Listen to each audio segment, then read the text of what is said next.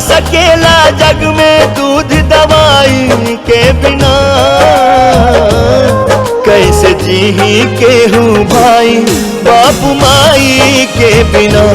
कैसे जी केहूँ भाई बापू माई के बिना।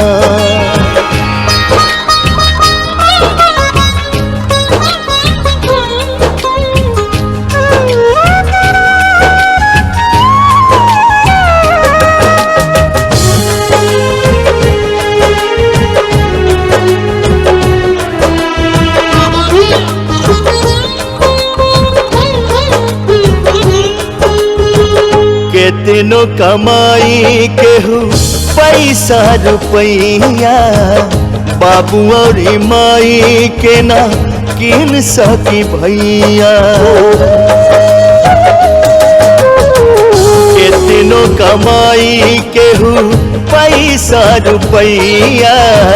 बाबू और माई के ना किन सकी भैया।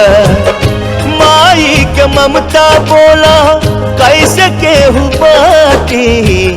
बाबूजी तो होले भाई तुअरा के टाटी।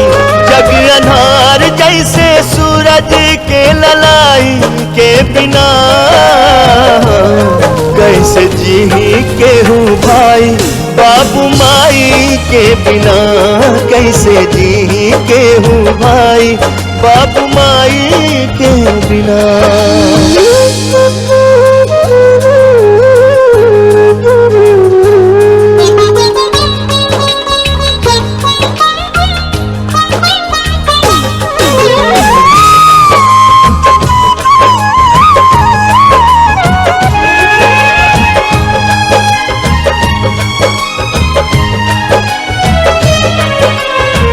केहू न चुकवलस बाबू माई के कर्जा।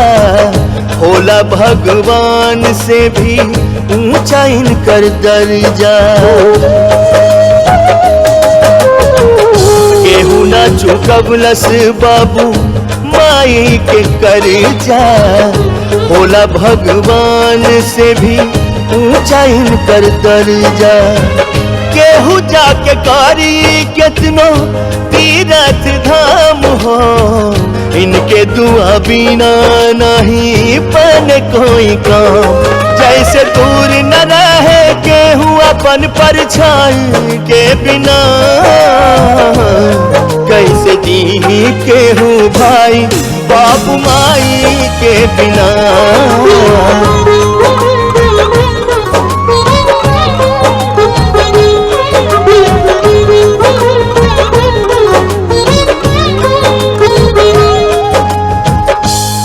कैसे जी केहू भाई बापू माई।